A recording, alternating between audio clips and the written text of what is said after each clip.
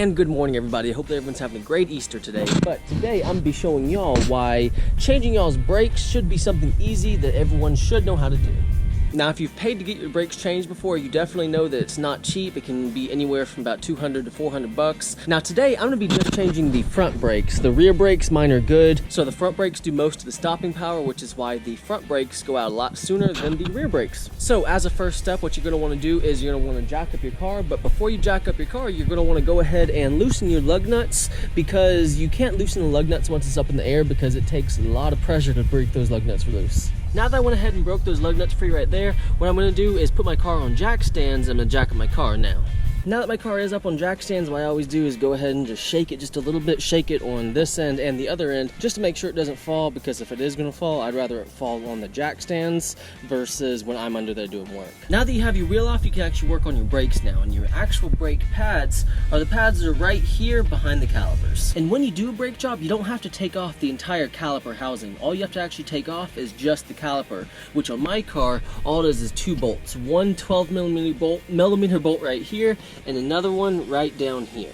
Now that I've taken off both of those bolts, I can go ahead and take the entire caliper off, which it does just slide right off.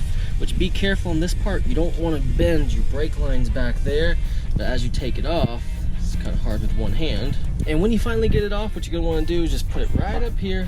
Be careful not bending those brake lines. Now that I have the brake pads off, you can actually see that I had a decent little bit of meat left on there. And it's funny because the only reason I'm changing my brake pads is because I'd say probably about 4 or 3 months ago, I went to get my oil changed, and when I got my oil changed there, they said, hey, everything's good with your car except for your brake pads in your front. They have about 20% life remaining. Well, actually here is a new pad. I mean, yeah, it has a decent little bit more meat on there, but compared to this right here, that's not a night and day difference. So I probably could have gone for another 6 months, 7 months without having to actually change my brakes. Now before you put your new brake pads on, what you're going to want to do is collapse these pistons right here, because these pistons right here, they come out, and that's what actually makes the brake pads grab onto the rotor right here. So you're going to want to take a C-clamp or a pair of vice grips or something like that just to collapse those. And one super important note that my car has, and even my 2005 V6 Mustang had, was on the rear brakes, you're going to have to get a special tool because you have to actually turn the piston and push it in at the same time. You can rent them from like AutoZone or like the Advanced Auto Parts or anything like that. You can rent them. Now if you don't have the option to rent that tool, you don't absolutely have to get the tool. It's going to be a little bit harder for you, but what you're going to want to have to do is you'll have to have a C-clamp just to push it in, to push the piston in, but you're also going to have a pair of needle nose pliers just to turn it, and then you have to push it with that C-clamp. And this right here is actually what I'm using to collapse the piston, so you don't absolutely have to use the C-clamp. If you have a thick enough pair of pliers, you can do it.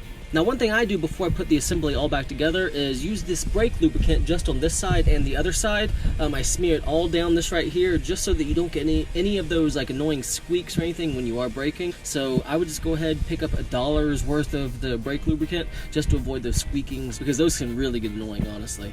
And just like that, I went ahead and tightened those last 2 bolts. So my brake change is done for this side. I'm gonna go ahead and change the other side right now, but that was so simple. Even with filming, it maybe took a total of 30-40 minutes just to change my brakes. And just like that, I am done with my entire brake change. I went ahead and did the other side, and honestly the other side didn't take me but maybe 15 minutes after I put down the camera. So yeah, my entire car is done, and from beginning to end, if I wasn't messing around with my camera or anything, it honestly would have taken me maybe 30 minutes to change my brakes. Since I was messing around with my camera, it took me about 1 hour and 15, but still, that's a lot better paying 30 bucks for brake pads and doing it yourself versus paying somebody anywhere from 200 to 400 bucks to change your brakes. Hey, that's a win. And it's funny because one of the main reasons why I even changed my brakes to start out with was because me and James from Online Car Show is going to be having a drag race soon, and I don't know if it's going to be at Sealy or Royal Purple Raceway or where we're going to do it at. It's going to be within a month, so we'll definitely make videos to let y'all know before it happens. So that's the last thing I want happening is, you know, I go to make a stop after making a pass and I don't stop or something happens because I didn't change my brake pads, which is why I changed my brake pads. But guys, that will be it for today's video. I only made this video just so that everyone out there can know that it's really easy to change your brakes, change your own oil, to do a lot of own maintenance to your car so that you don't have to pay somebody else to do it, so that you can save a little bit more money and use that money you saved for car parts. But guys, I really do hope you enjoyed this video. If you did, please like it and please subscribe. And as always, have a great day.